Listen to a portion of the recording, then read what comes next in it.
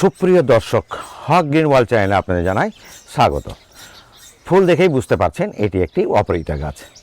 এই অপরাজিতার এটা হচ্ছে সিঙ্গেল পেটাল নীল রঙের, এর ডাবল পেটালও হয় এবং আমার কাছে আরেকটা রয়েছে সেটা হচ্ছে সাদা রঙের। এছাড়াও একটি বেগুনি কালার হয়, তবে সেটা আমার কাছে কালেকশানে নেই। তো যাই হোক, এই গাছটি কীভাবে পরিচর্যা করতে হয় সেটাই আপনাদের সঙ্গে আজকে ডিটেলসে আলোচনা করব। গাছটি কম বেশি 12 মাসে ফুল দিয়ে থাকে, তবে ফুল দেওয়ার জন্য আপনাকে তৈরি করে নিতে হবে এর প্রচুর শাখা। এর প্রচুর শাখা তৈরি করতে না পারলে কিন্তু এই গাছে আপনি প্রচুর পরিমাণে কিন্তু ফুল পাবেন না। ধীরে ধীরে এই গাছটিতে ফুল দিচ্ছে, কারণ এর আগে গরমের সিজনে প্রচুর ফুল দিল, তাতে বর্ষার সময় দিল এবং বর্ষার সময় গাছটাতে অতিরিক্ত জল হয়ে যাওয়ার জন্য গাছের পাতা কিছু বিবর্ণ হয়েছিল এবং গাছের ফুল দেওয়া প্রায় বন্ধ করে দিয়েছিল। তাই আমি 2 সপ্তাহ আগে এবং কোনটা 1 সপ্তাহ আগে এইভাবে আমি কিন্তু প্রুনিং করে নিয়েছিলাম। প্রুনিং এতটাই করেছি যে গাছটাকে আমি প্রায় 4 ভাগের 1 ভাগ করে নিয়েছি। কারণ হচ্ছে এই অপরাজিতা গাছে আপনার যদি প্রুনিং না করেন, অর্থাৎ নতুন নতুন শাখা যদি তৈরি করতে না পারেন, তাহলে কিন্তু আপনি প্রচুর পরিমাণে ফুল কোনো অবস্থাতেই পাবেন না।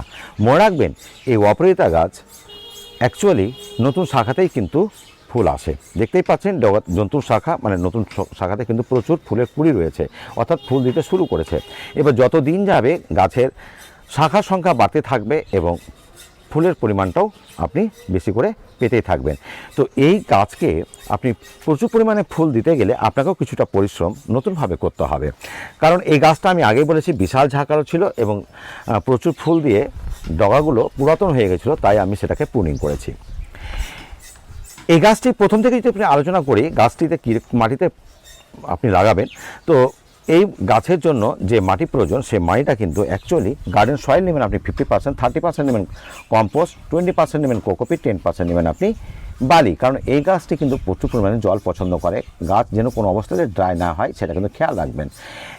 কথার মাঝে একটা কথা আর বলে দিই, আপনি দেখতে পাচ্ছেন আমার গাছের এই বয়সটি কিন্তু প্রায় 3 বছর, কিন্তু তার সঙ্গে দেখেন এই কয়েকটা দুটো গাছ কিন্তু আমার একেবারে নতুন। এর সঙ্গে আমি কম্বিনেশন করেছি, এর রং কিন্তু সাদা। এই গাছগুলো একটু আর বড় হলে কিন্তু প্রচুর পরিমাণে ফুল আসবে। গাছটা ধীরে ধীরে বাড়ছে এবং যখন এই নীলের সঙ্গে সাদার কম্বিনেশন হবে তখন গাছটি আরও দৃষ্টিনন্দন হয়ে উঠবে। তখন আপনি নিশ্চয়ই আমি ভিডিওটি নিয়ে আসবো এবং সেই ভিডিওগুলোকে দেখতে হলে যারা এখনও পর্যন্ত আমার এই চ্যানেলটিকে সাবস্ক্রাইব করেননি অবশ্যই সাবস্ক্রাইব করে নেবেন। এবার মূল কথায় আসি। গাছটিতে প্রতি বছরই যে আপনাকে রিপোর্টিং করতে হবে তার কোনো মানে নেই, 1 বছর পর পর করলেও হবে। কারণ এই গাছটি আমি এই বছর কিন্তু রিপোর্টিং করিনি, সামনে ফেব্রুয়ারি মাসে কিন্তু আমি এটাকে রিপোর্টিং করব। রিপোর্টিং করলে কি হয়, গাছের অতিরিক্ত শেকড়গুলো কেটে দিলে গাছে খাবার নতুন করে দিতে গেলে গাছে প্রচুর পরিমাণে শাখা হয় এবং মার্চ এপ্রিল থেকে শুরু হয় প্রচুর পরিমাণে ফুল দিতে। সারা গ্রীষ্মকাল তো অবশ্যই ফুল দেয় এবং শীতকালটা তো প্রচুর পরিমাণে ফুল দেয়, মাঝখানে বর্ষাকালে প্রচুর ফুল আমি পেয়েছি। কিন্তু এর জন্য আপনাকে যেটা মূল মন্ত্র সেটা হচ্ছে গাছের নতুন নতুন শাখা বের করতে হবে। যতক্ষণই আপনি দেখবেন যে ডগাটা নতুন বেরোচ্ছে সেটা অবশ্যই কোনো অবস্থাতেই কিন্তু প্রুনিং করবেন না। যতগুলো শাখা আমার নতুন দেখছেন সবটাতে কিন্তু কুড়ি এসছে, মানে আরও 10 দিন পরে এই গাছটা একেবারে নীল হয়ে যাবে পুরো গাছটাই। তো এর গাছটাকে রাখবেন কোথায় একটুখানি জানা দরকার। গাছটি অ্যাকচুয়ালি রোদ খুব পছন্দ করে, তবে সেমি সেটাও এটা থাকতে বহল তো বেতেছে ফুল দিতেই থাকে, তবে রোদে একটু বেশি ভালো হয়। আমরা যারা ফ্ল্যাট বাড়িতে বাস করি তাদের কিন্তু ছাদ বাগান করার যে একটা মনোকামনা সেটা পূর্ণ হয় না, তাই তারা কি করেন, ব্যালকনিতেও কিন্তু এই ধরনের অপরাজিতা গাছ অনেক সময় বসে থাকেন।